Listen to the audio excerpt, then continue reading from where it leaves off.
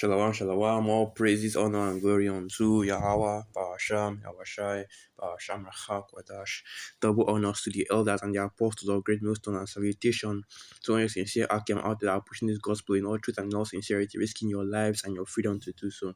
Right, and this is going to be another video, and it's going to be something along the lines of "Let zeal consume you." All right, because Akim should already know that precept that was spoken of in the New Testament. When Yahushua was in the temple, okay, then he was throwing down, and the money changers, the table of the money changers, and people that were selling and buying, inside the temple of Yahweh Bashim Yahushai.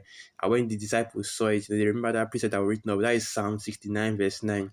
I checked it out before this video. I checked it out before this video started, where it said that the zeal of my father's house hath consumed me.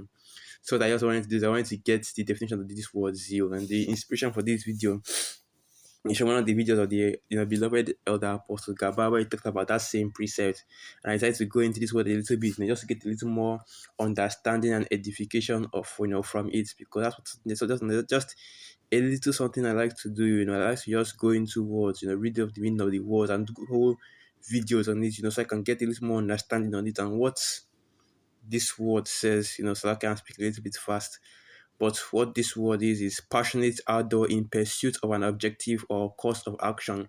And that word zeal, it goes back to emulation, okay? Desire. In other words, when you have is in other words, the zeal that we have, okay, is a zeal for the most high, a passion, a love for Yahweh Bashim Yahushai and the words and the works of Yahweh Bashim Yahushai. That's why whenever that's why you go out to the highways and byways, that's why you do this work. That's why whenever we see any of these Israelite camps go out, rebuke videos like that, rebuke videos come out.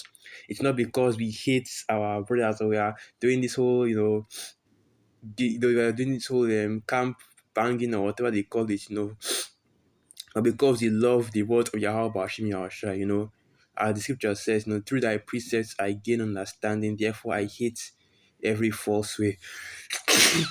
So and that is zeal right there. All right, when we have a zeal for the Most High, we love the words of the Most High, we love the truth, and anything less than the truth is, the false ways is completely, I want to use the term disgusting, abominable to us, because we love the words of Yahweh Bashim Yahweh. That's why the rebuke videos are going out, okay, not because we hate this specific person in the Israelite camps, or because we dislike this person or we dislike this camp or anything like that.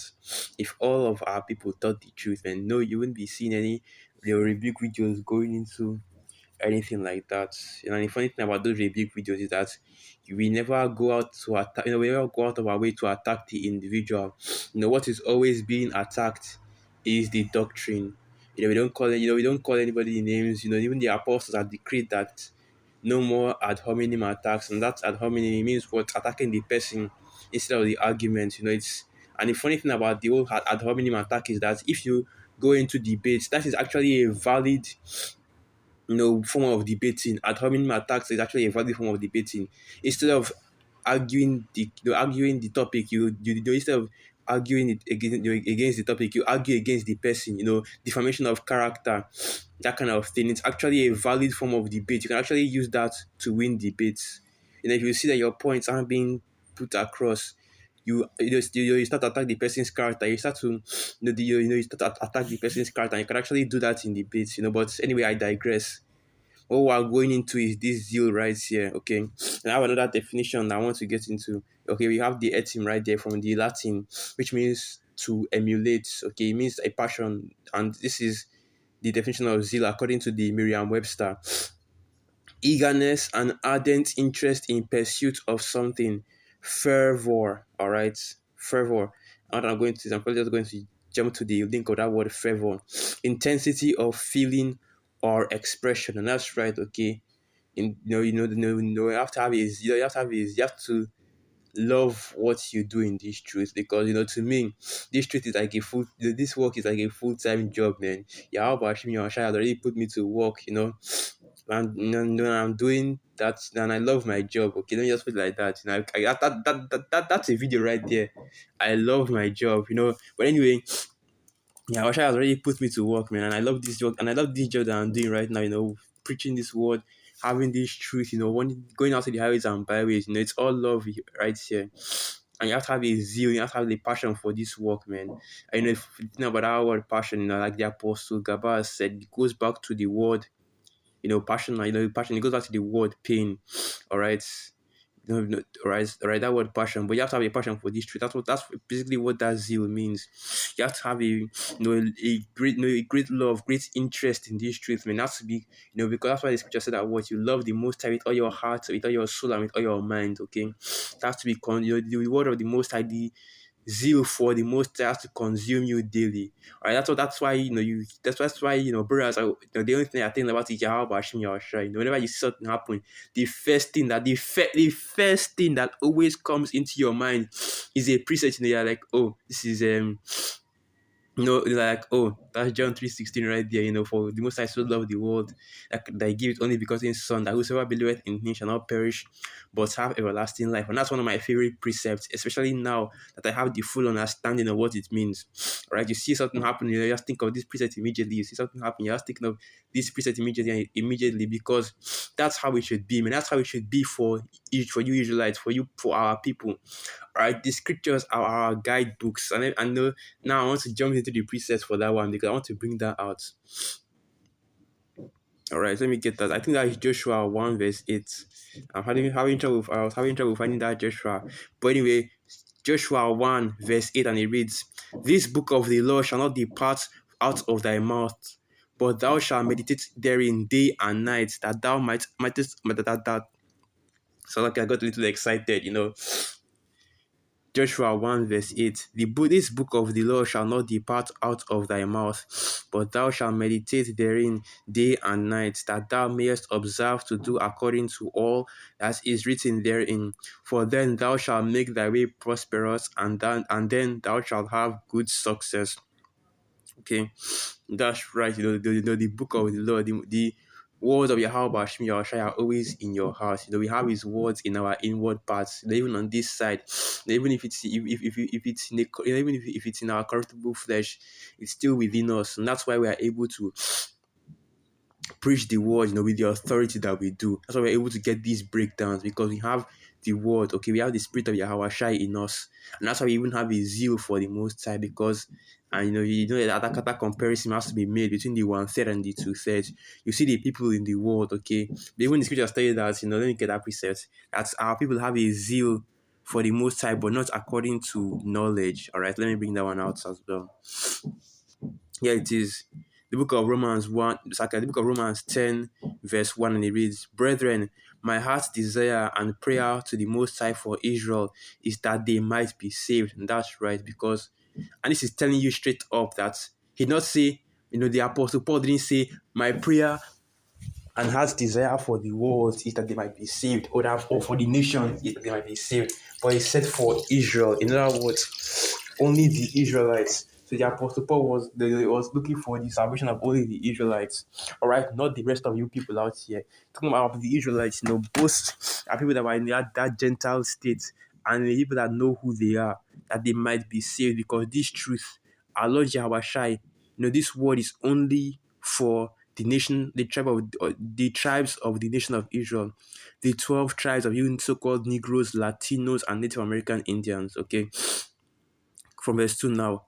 "For I bear them record that they have a zeal of the Most High, but not according to knowledge." And I also want to say this: it is so-called, all right, because you people, so-called Negroes, Latinos, and Native American Indians, you're not actual Negroes, Latinos, or Native American Indians. They are so-called. In other words, that is the term that has been ascribed to you by Esau Edom, all right, which is the so-called white man that is on the earth today, and he is a so-called white man as well, because he ascribed that term of white man to himself.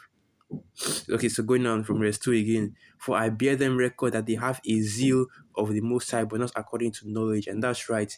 Because, and you see that word zeal right there, because you are the people of the Lord, right? You're the true blue Israelites. That's why you have a zeal for the Most High. You have actual passion. You have an actual passion, or you have something in you, all right, pointing you to the Most High. The Spirit is working with you to point you to the Most High. And that's why you see Jake, especially even the Jake that is in the world, even the ones that are sold that, they always talk about the Most High, talk about how they are blessed, okay, because they believe in a higher power. They believe in Yahweh Hashem Yahushai.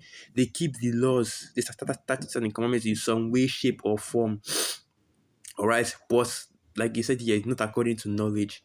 That full understanding is not in them. The truth, they don't have it. Okay, and he continues on to explain it even more in verse 3. For they, being ignorant of the Most High's righteousness and going about to establish their own righteousness, have not submitted themselves unto the righteousness of the Most High. And that's, it's self-explanatory. I don't want to go too deep into this one, because we're talking about something else right here. But that's basically telling you what our people have, man. All of Israel has zeal. But the elect has, but the zeal is, the spirit is given by measure, right? So all of our people have the spirit of the Most High dealing with them.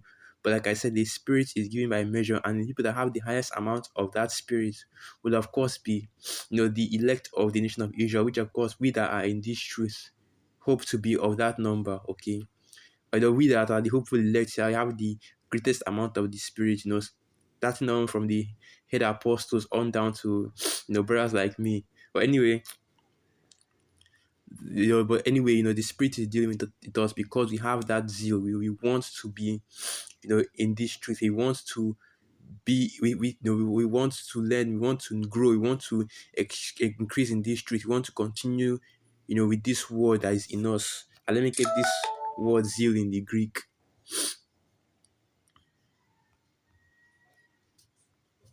And the word is zealous. Zealous, like zealous. Zealous. Alright, and that's how you get the original word from. And it reads excitement of mind, ardor, fervor of spirit, zeal, ardor in embracing, pursuing, defending anything.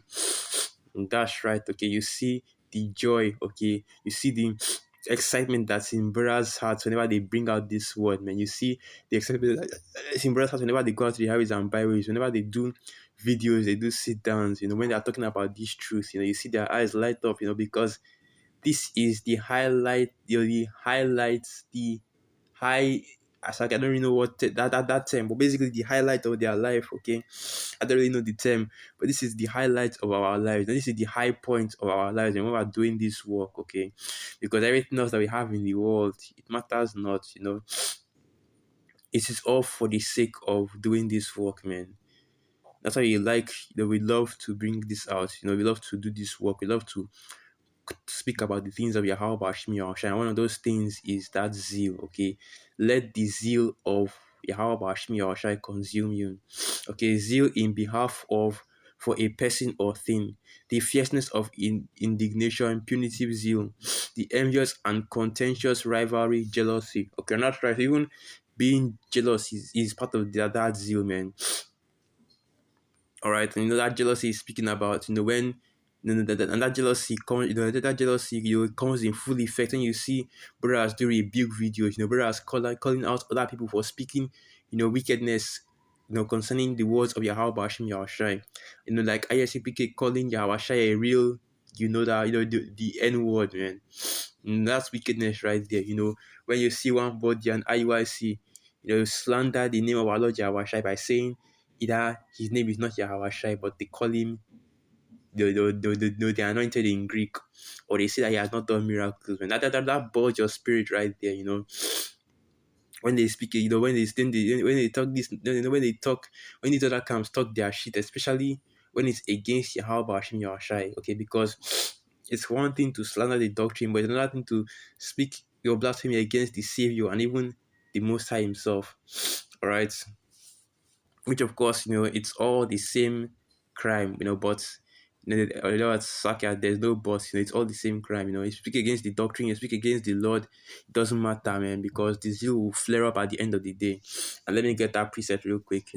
That's the highlight of this video. The high Saki, I'm still confused about that word, but anyway, that's the main point of this video, man.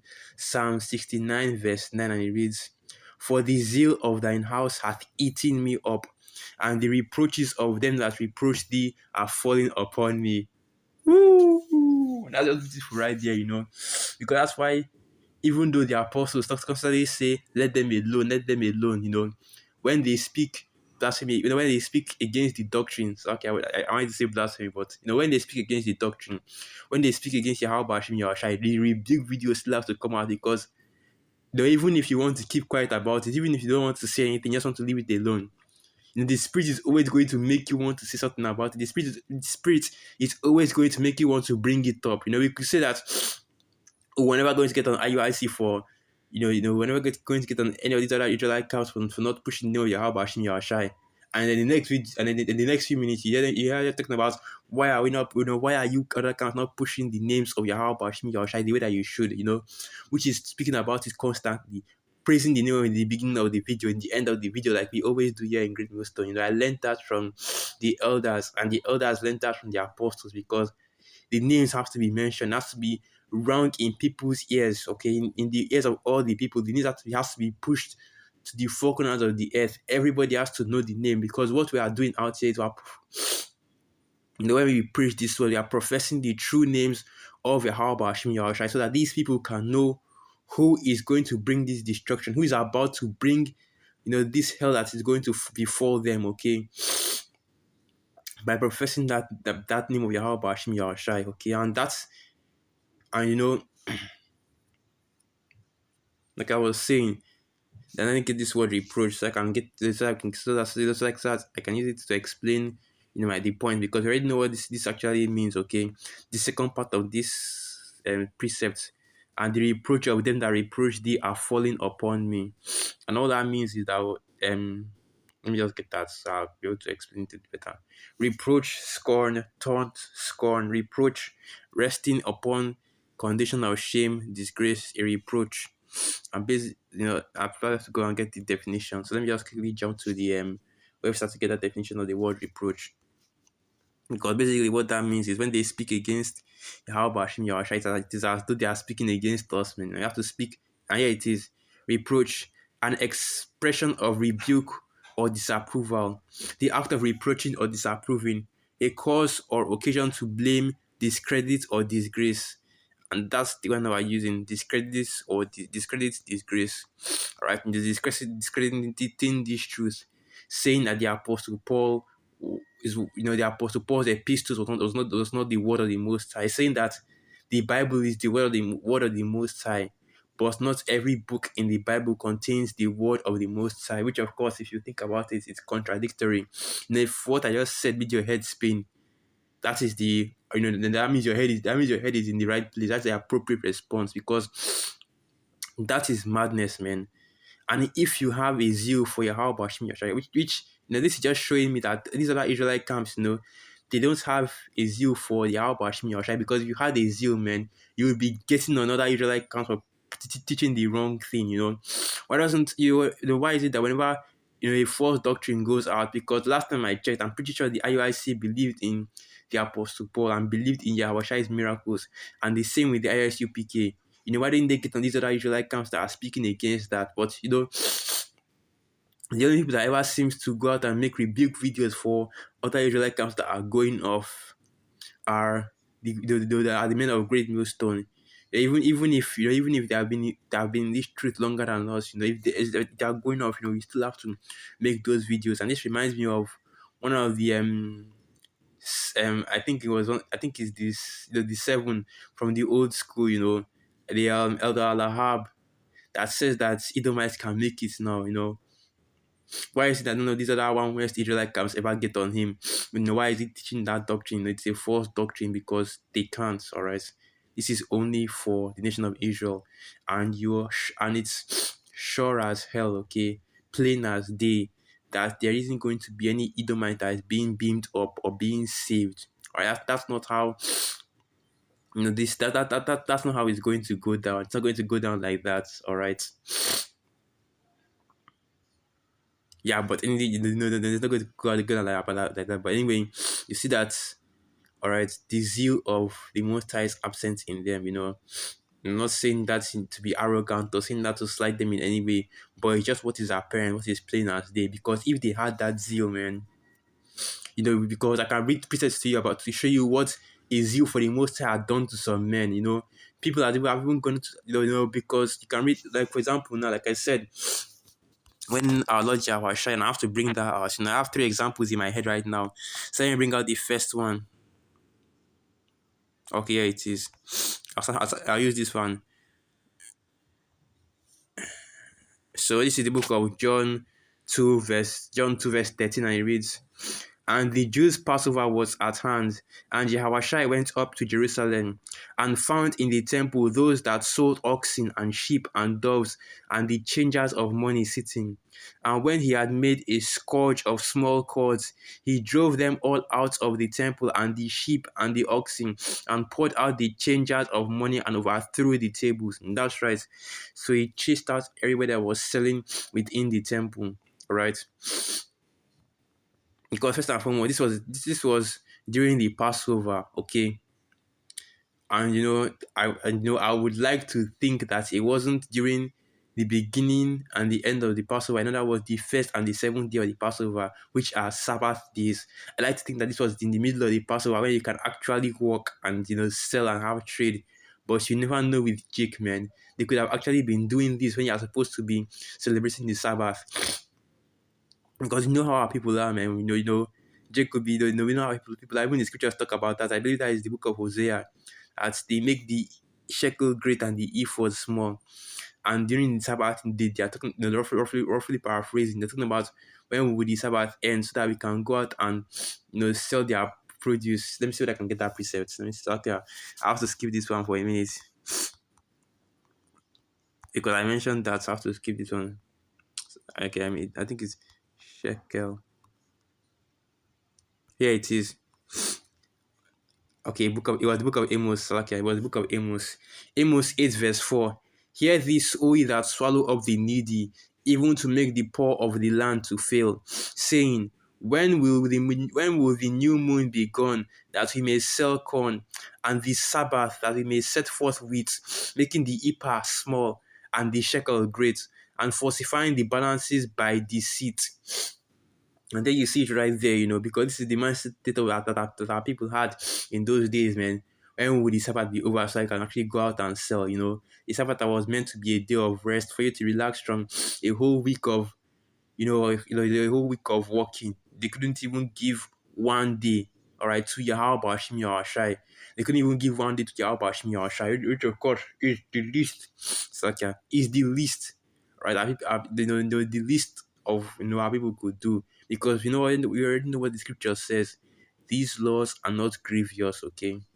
They're not meant to inflict any bodily harm to our people. They're not meant to harm or they're not hazardous or toxic in any way, but they are meant for the betterment of our people, that they might find either Joshua the 1 verse 8 right there, that they might increase in their ways. Okay, it's meant to give our people increase, but yet our people still have this mind state. This is all just and I'm just thinking about that. This is all just the love of money controlling our people, the love of money over the love of the Most High. The love of mammon over the love of the Most High. All right, so going back to the piece that I was reading. All right, from verse 16, and said unto them that sold doves, take these things hence, make not my father's house an house of merchandise. And that's also a precept right there, because it was even prophesied that would happen, and they would turn the Most High's house into a house of merchandise. So continuing on down in the 17th chapter, 17th verse, okay. "And his disciples remember that it was written, the zeal of thine house hath eaten me up." All right, and that's the Psalm 69 verse 9 right there, in case you didn't notice. And that's telling you straight up, man, like that. Even in Yahweh's zeal, he didn't just rebuke them, and he chased them out. He even went as far as to beat some of them. And the same thing happened during the time of Moses, all right? One of the sons of Aaron, I believe it was Eliezer. Yeah, I don't really know how to spell that word. I think that's even the Eliezer.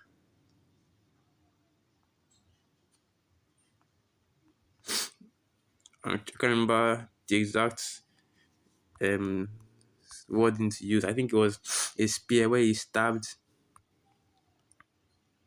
Okay, I remember the woman. I remember the woman that he stabbed though. I think it was Cosby. All right, here it is.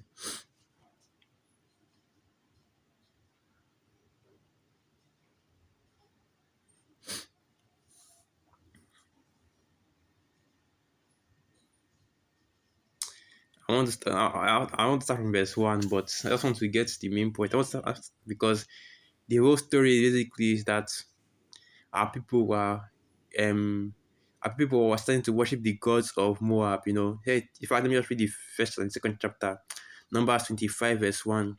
And Israel abode in Shittim, and the people began to commit whoredom with the daughters of Moab, and they called the people unto the sacrifices of their gods. And the people did eat and bow down to their gods. And Israel joined himself unto Baal Peor, and the anger of Yahweh was kindled against Israel. That's right. That's basically what happened. You know, people are doing their normal thing, going after all these false philosophies, going after other powers, going after other gods. You know, and forsaking Yahweh Bashim Yahushai. You know, so from verse 4 now. And Yahweh said unto Moses, take all the heads of the people and hang them up before Yahweh against the sun, that the fierce anger of Yahweh may be turned away from Israel. And Moses said unto the judges of Israel, slay ye every one of his men that were joined unto Baal Peor.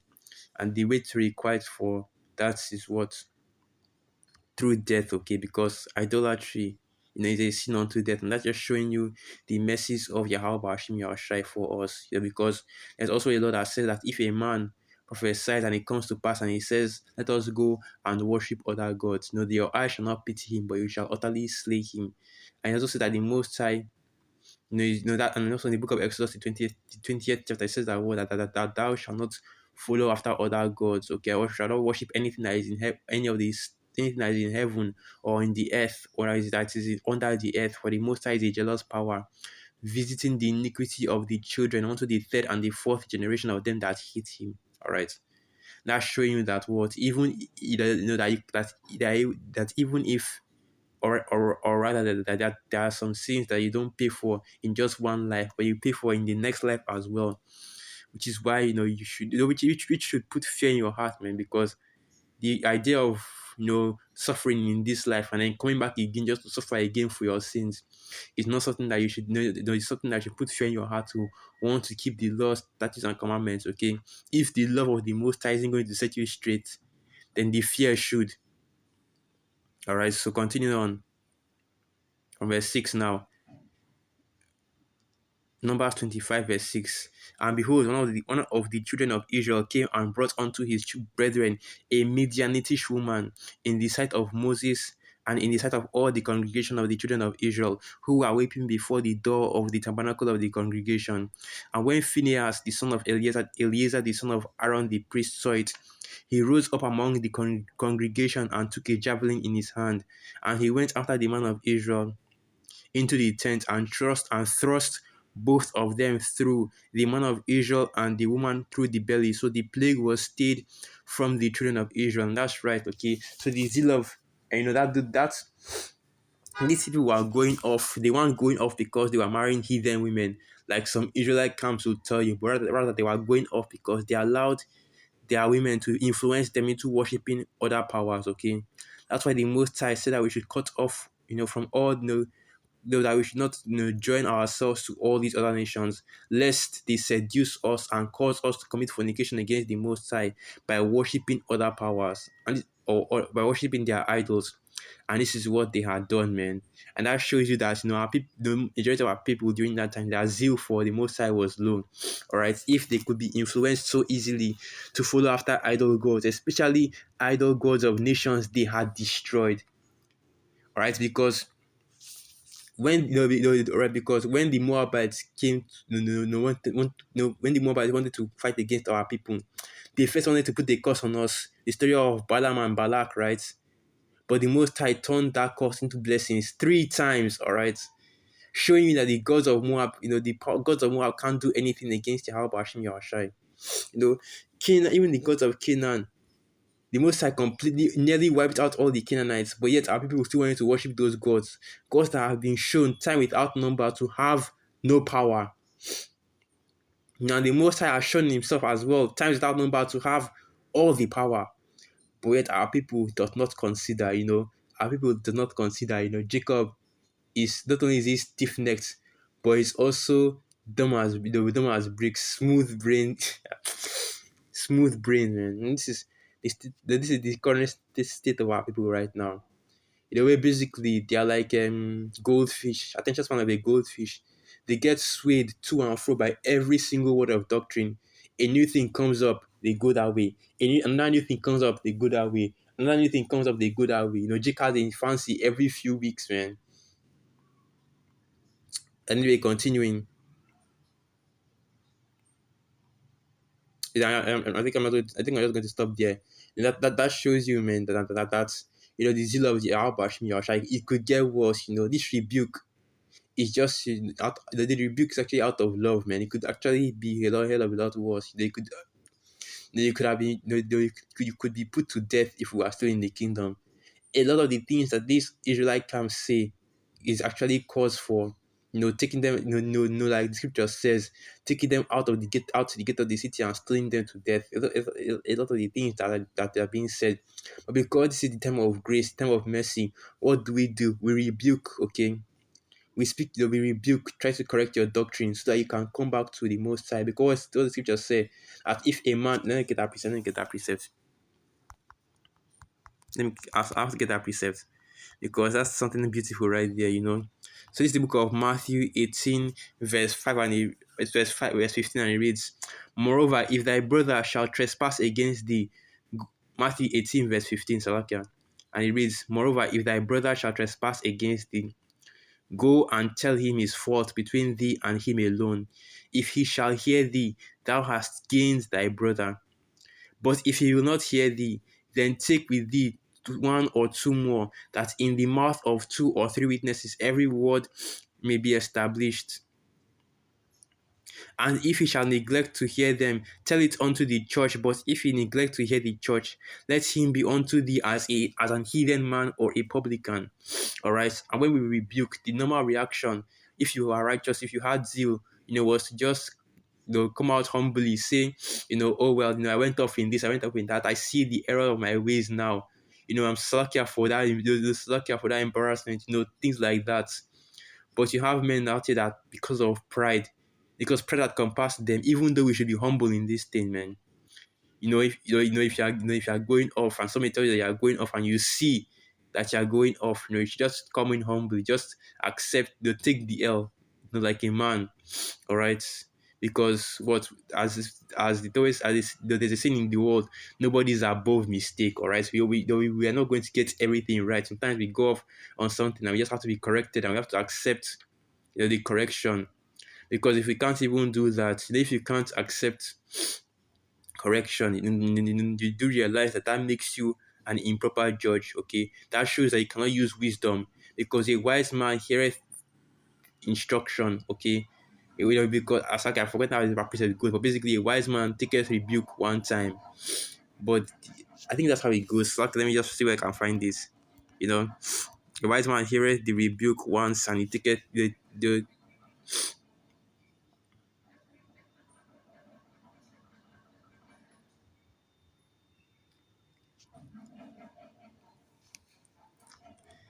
this is, let me just forget this one. Proverbs 9 verse 8. Proverbs 9 verse 8, and it reads, "Reprove not a scorner lest he hate thee. Rebuke a wise man and he will love thee. Give instruction to a wise man and he will be yet wiser. Teach a just man and he will increase in learning." That's basically telling you right there. Okay, if you are a wise man, once you get the rebuke, man, you thank the brother for the rebuke, and you correct your doctrine, you correct yourself, you adjust yourself, and you start teaching the right way. All right, so that what we those and that basically the same as repenting, because because when we first came into this truth, we realized the errors of our ways. All right, we are rebuked, you are caught. Okay, the name of the Lord and the Most High is not God and Jesus Christ. It's Yahweh Bashim Yahushai. You are cursed because we are calling upon those names and praying upon those names. All right. The laws, statutes, the laws, statutes, and commandments of the Old Testament, they are still in effect. We are cursed, okay, because we aren't following those laws. To the best of our ability, of course, I have to add that one as well. Yes, the righteous acts. All right, the Sabbath celebration. We weren't following that. We were caught. When we first came into this street, we were rebuked as we were, we were rebuked completely in our lifestyle because we are completely going off. We are following the ways of the world. Meanwhile, the Yahushua requested that his men be completely in tune with his spirits. And we know what the spirit of the Most High is. We know how the spirit of the Most High works. What the spirit of the Most High is dealing with, the characteristics of it. Okay, the virtues of the spirit, the fruits of the spirit, as the scripture, as that scripture says, and that is what we follow. That is what we emulate, because we are all disciples of Yahweh Shai. And that disciples mean what? No, it means followers. It means we're all behind him, following in his footsteps. Trying to emulate his lifestyle. All right. So yeah, So yeah, I think I'm just going to end it right there. So with that, I'm going to give all praises, honor, and glory unto Yahweh, Ba'asham Yahwashai, Ba'asham Rachak Wadash, Wa Abad Babal, and through the spirits. I hope you Akim and you Akwata 85. Stay faithful, stay zealous. All right. Shalom.